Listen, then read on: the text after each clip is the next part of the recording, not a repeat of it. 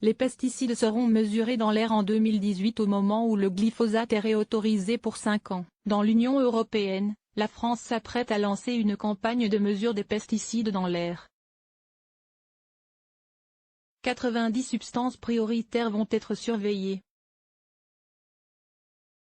La Fédération des associations agréées de surveillance de la qualité de l'air, comme Airparif ou Airpaca, et l'Agence nationale de sécurité sanitaire de l'alimentation, de l'environnement et du travail, ANSE, ont signé mardi 28 novembre un accord cadre qui lance la première campagne nationale de mesure des pesticides dans l'air. Jusqu'à présent, seuls certains polluants atmosphériques font l'objet d'une surveillance réglementée, les particules fines, l'ozone, le dioxyde d'azote et le dioxyde de soufre.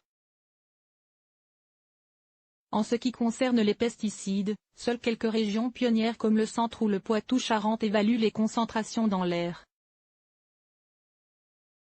Des mesures sur l'ensemble du territoire en 2018, ces mesures vont se généraliser, à titre expérimental dans un premier temps, jusqu'à ce qu'un protocole national soit établi. La métropole et l'outre-mer sont concernés, aussi bien à la ville qu'à la campagne.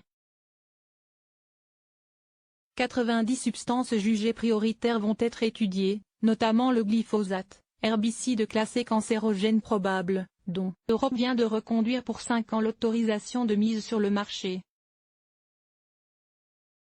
Le but de cette nouvelle campagne de mesure est de repérer les concentrations, mais aussi les pics de pollution aux pesticides à certains endroits et les risques de surexposition de la population, professionnels, riverains de zones d'épandage. Ces tests permettront également de comparer les différentes pollutions aux pesticides, dispersion dans l'air ambiant, imprégnation des sols et des nappes phréatiques, exposition professionnelle, contamination des fruits et légumes, etc.